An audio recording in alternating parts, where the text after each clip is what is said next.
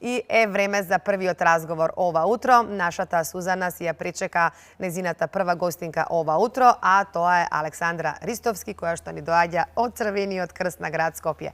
Александра, добро утро. Благодарам што денес се гледаме еве овде, кај нас, иако во вторникот се видовме кај вас во просториите на Црвениот крст на град Скопје. Имате навистина нешто ново за промовирање, а тоа е монографија по повод 30 години програма на хумани вредности.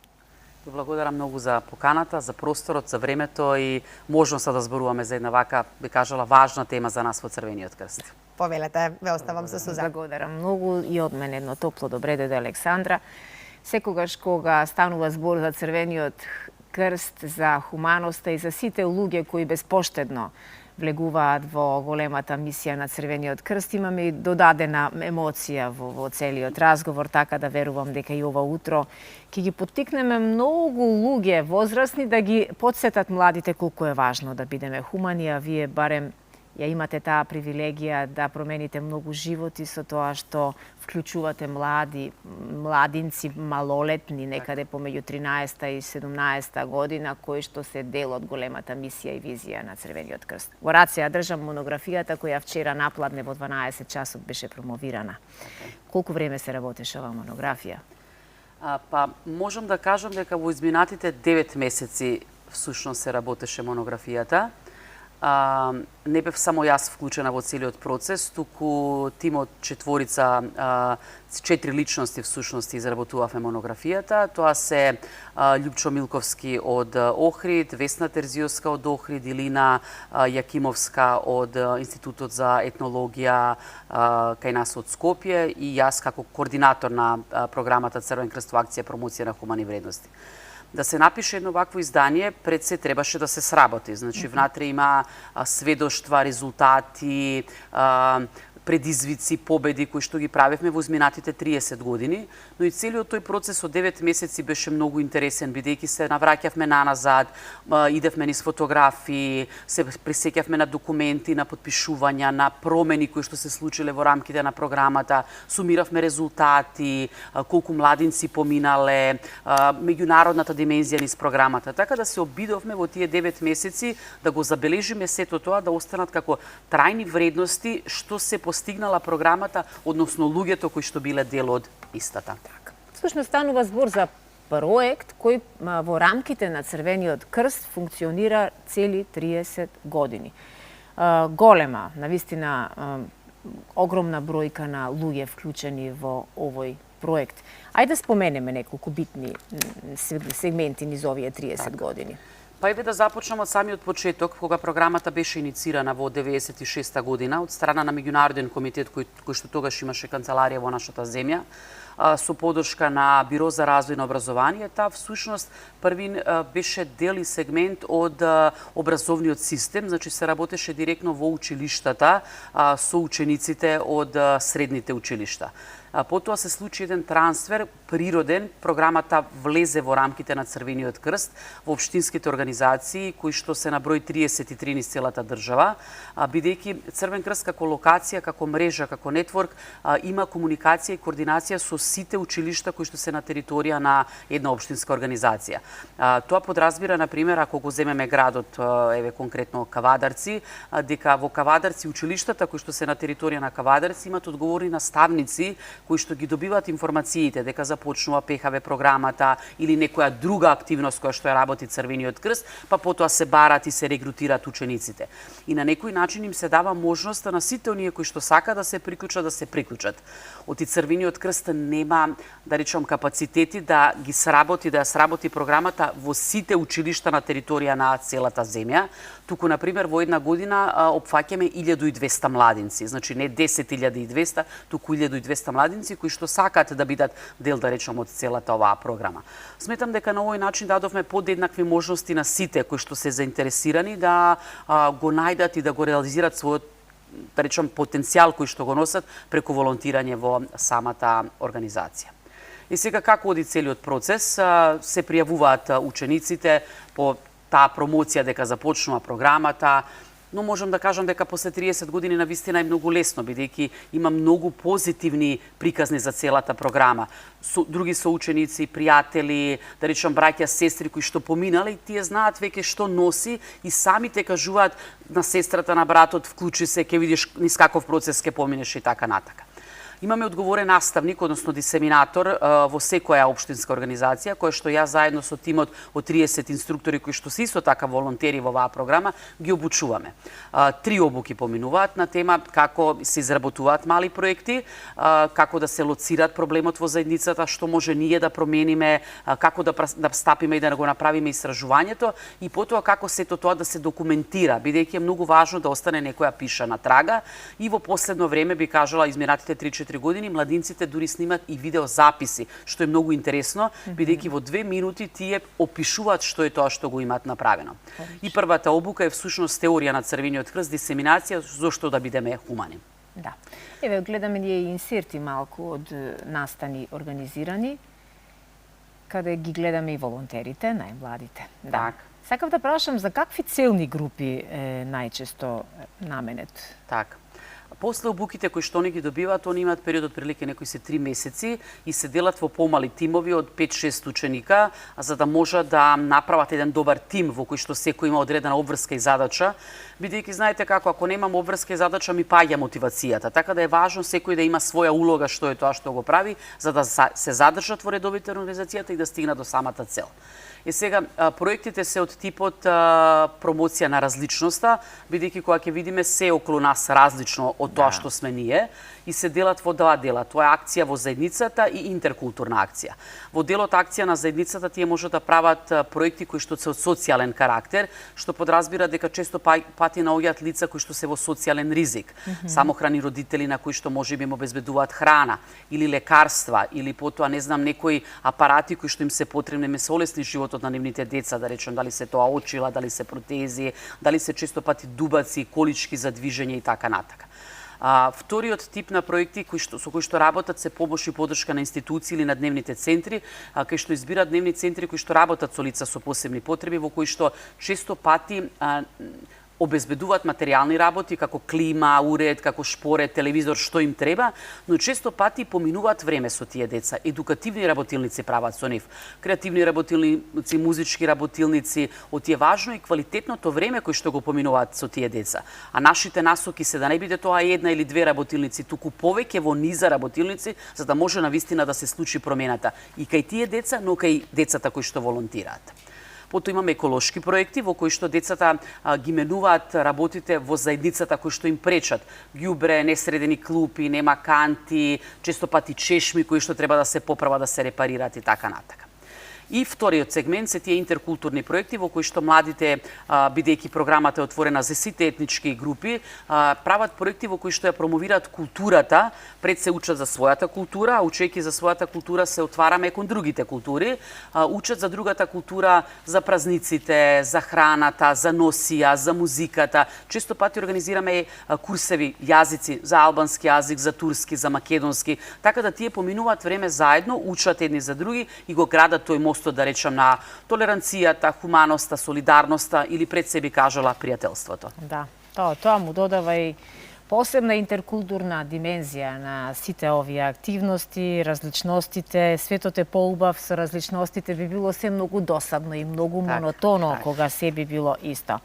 Да, и самата монографија започнува со онаа позната максима на Махатма Ганди: биди промената што сакаш да ја видиш во светот. Се движи ли светот во добра насока? Ни се случуваат војни, ни се случуваат конфликти. Денеска во 21 век, кога некако бевме убедени дека војните низ историјата за кои се пишува во учебниците се далеко и никогаш повторно нема да се случат, но за жал се случуваат, се враќаат и тоа во уште пострашни размери. Како да ги научиме младите луѓе да најдат диалог, да најдат можност, друг начин за да можат да ги надминуваат конфликтите? Значи, дали светот се движи во насока на хуманоста, тоа е навистина многу тешко прашање, бидејќи ја гледаме една генерална слика која што навистина е таква каква што е и не ветува многу. Но еве токму вчера на настанот кој што се случи, една моја многу добра пријателка која што работи у сосема друг сектор во тоа што јас го работам, и ми рече благодарам за поканата, бидејќи ова е многу хумано, ова е многу човечно. Но тоа е светот во кој што живеам јас, ова е светот во кој што живеат луѓето на Црвениот крст, и тоа е нашата мисија всушност, да им покажеме на луѓето дека хуманоста е многу важна, дека солидарноста, дека емпатијата, толеранцијата, чувството кој што треба да го имаме едни кон други, никогаш не треба да запре. И токму тоа ние го правиме, конкретно јас преку ПХВ програмата, а моите колеги преку некои други сегменти во Црвениот крст кои што ги работат. Така да за мене, како некој кој што се наоѓа тука каде што се наоѓа, навистина има надеж, бидејќи јас гледам годишно 1200 млади луѓе кои што ние ги обичуваме и кои што прават по 150 проекти. За мене сето тоа е многу надежно. Знам дека има емпатија, знам дека има чувство на хуманост, дека младите стануваат најдобрата верзија од самите себе си, како што и започнува целата монографија. Така да јас верувам во промените кои што ги правиме, дека тие се добри, дека се трајни и дека оставаме белег на секој тој млад човек да стане најдобра верзија од самиот себе си, бидејќи ние не знаеме во кој правец тој ќе замине. Дали во IT секторот, дали во корпоративен сектор, дали ќе отиде во некоја невладина организација, но тоа што го носи како задоенота со хуманоста, секогаш останува со него, и тие на некој начин наоѓаат форма како понатака да го реализираат сето тоа. Не значи дека ќе останат волонтери за цел живот, но наоѓаат начин како понатака да ја промовираат хуманоста, да се вклучат во некои акции, често пати тие се иницијатори, така да мислам дека навистина е многу важно во тој период, во таа возраст од 13 до 17 години, да им го покажеме патот по кој што тие треба да се движат. Да, особено во време во кое модерната технологија комплетно ги одзеде децата, им го одзеде целото време, им го одзеде сонот и ги одвлекува од сите други социјални контакти, ги одвлекува од спортот и од многу други нешта кои што се навистина сериозен проблем и закана за младите луѓе. Последните истражувања на Институтот за социолошко-политички правни истражувања се вели дека повеќе од 8 часа на ден младите поминуваат на социјалните медиуми, што е навистина многу време. Значи, знаеме дека често пати таму има интересни и добри работи, но често пати има работи кои што се во еден друг правец. На самиот крај на монографијата, Ивана Маринче, кој што е психолог и гешталт терапевт, дава свој осврт колку е важно да се волонтира и какви се придобивки младите луѓе добиваат од процесот на волонтирање. Тоа е излегување од таа една комфортна зона, менување на својата дневна рутина, која што подразбира дека имам обврска, дека имам работен состанок, дека имам одговорности кон тимот, дека морам да бидам на време, дека некој очекува некаква поддршка од мене. И тоа се некои вештини кои што младинците често пати не може да го научат во делот на образовниот систем. Се учи преку еден неформален начин, затоа е важно да се направи поврзување меѓу теорија, меѓу пракса, меѓу формално и меѓу неформално образование. И затоа е навистина многу голема разлика меѓу младите кои што волонтираат и младите кои што не волонтираат. Значи, тие кои што се дел од некои мрежи на волонтирање, се послободни, се похумани, научуваат многу побрзо да комуницираат, да не се срамат. Оти видете сега, тие младинци често пати за да соберат средства кои што им се потребни за реализација на некој проект, организираат фудбалски надпревари, продаваат колачи на улици. Сега, ако имате 15 години, јас треба да излезам на улица на широк сокак во Битола и да зборувам, јас сум од Црвен крст, видете, продавам колачи за некоја хуманитарна цел. Тие се срамат, тоа нив не им е природна средина во која што тие се наоѓаат. Но кога знаат која е целта, сум разговарал со корисникот кој што навистина е во тешка состојба, тие го дават својот максимум понатака, бидејќи гледа дека целиот тим тоа го прават. Аха, тоа е добро, тоа е правилно, да продолжувам. Имаат цел кон која што се движат. Така да навистина излегуваат од таа својата комфортна зона, научуваат многу работи и едноставно си ги зајакнуваат своите лични капацитети, кои што и не знаат дека утре ќе им требат, кога ќе се запишат на факултет, кога ќе се вработат, кога ќе реализираат својата семејна врска, за да бидат и позитивни примери не само за своите соученици, туку да се речам за своето семејство и за самите себе. Така е. Не е случајно се и овие прекрасни сведоштва на многу волонтери кои што поминале низ програмата. Прекрасни се сите, се убави, ќе ни одземе многу време, а не можам за еден само да се одлучам. Сигурна сум дека гледачите ги интересира, еве сосема накратко да ни кажете, постојат ли одредени критериуми како се станува волонтер? Так. Значи, па специјално нешто не, значи, мислам, Нема нешто што треба да се исполнува? Не. Желбата е Желбата е важна? многу важна, да. И сега Црвен крст е присутен на различити начини. Не зборам само за преку ПХВ програмата, туку спомнав преска училиштата, во училиштата постојат одговорни наставници, постојат училишни клубови во самите, да речам, училишта, но секој може да се обрати во градот или во канцеларијата каде што на територија на која што живее. Например, ако сте конкретно од центар или живеете на територија на центар во Скопје или тука одите во училиште, може да се обратите во локална канцеларија во центар. Има клубови на млади кои што имаат редовни состаноци, кои што имаат неделни програми, месечни програми. Значи тие често пати ги едуцираме во делот на да станат пир едукатори за нивните средини, врснички едукатори, или често пати се инволвираат во крводарителство, стануваат мотиватори за подигнување на важноста на дарување на крв. Па тие стануваат многу важни бидејќи тие се тие кои што ги прават предавањата меѓу своите врсници или да речам на факултетите и така натака. Често пати се заинтересирани за првата помош, за надпреварите, бидејќи тука веќе има малце адреналин, се надпреваруваме кој ќе биде подобар, кој ќе покаже повеќе вештини. Или некои од нив веќе малце повозрасни, над 18 години, се вклучуваат во тимови за одговор при катастрофи, каде што посериозно се учи прва помош, каде што често пати се на планина, каде што често пати, да речем, имаат можност да учествуваат во реални ситуации во кои што се... И да бидат во опасност, можеби, понекогаш, Но да. тоа е еден начин на кој што тие растат, например, ако тргнат од ПХВ програмата кај што изработуваат мали проекти, па се вклучуваат во клубот на млади, па потоа одат во тимови за катастрофи, тоа е еден напредок, еден прогрес, еден процес низ кој што секако ние нив не ги пуштамо туку така, бидејќи Црвен крст има и своји етички кодекси кои што мора да бидат почитувани од страна на младинците кои што се волонтери, но да речем и како организација мора да ги заштитиме ние нив, да речем со униформа, да не ги пуштаме во делови кои што се ризични и така натака. Така да цело време се прават некои анализи, самопроценки како и на кој начин да ги регрутираме, да ги задржиме, но како и да ги заштитиме за да тие се чувствуваат безбедни.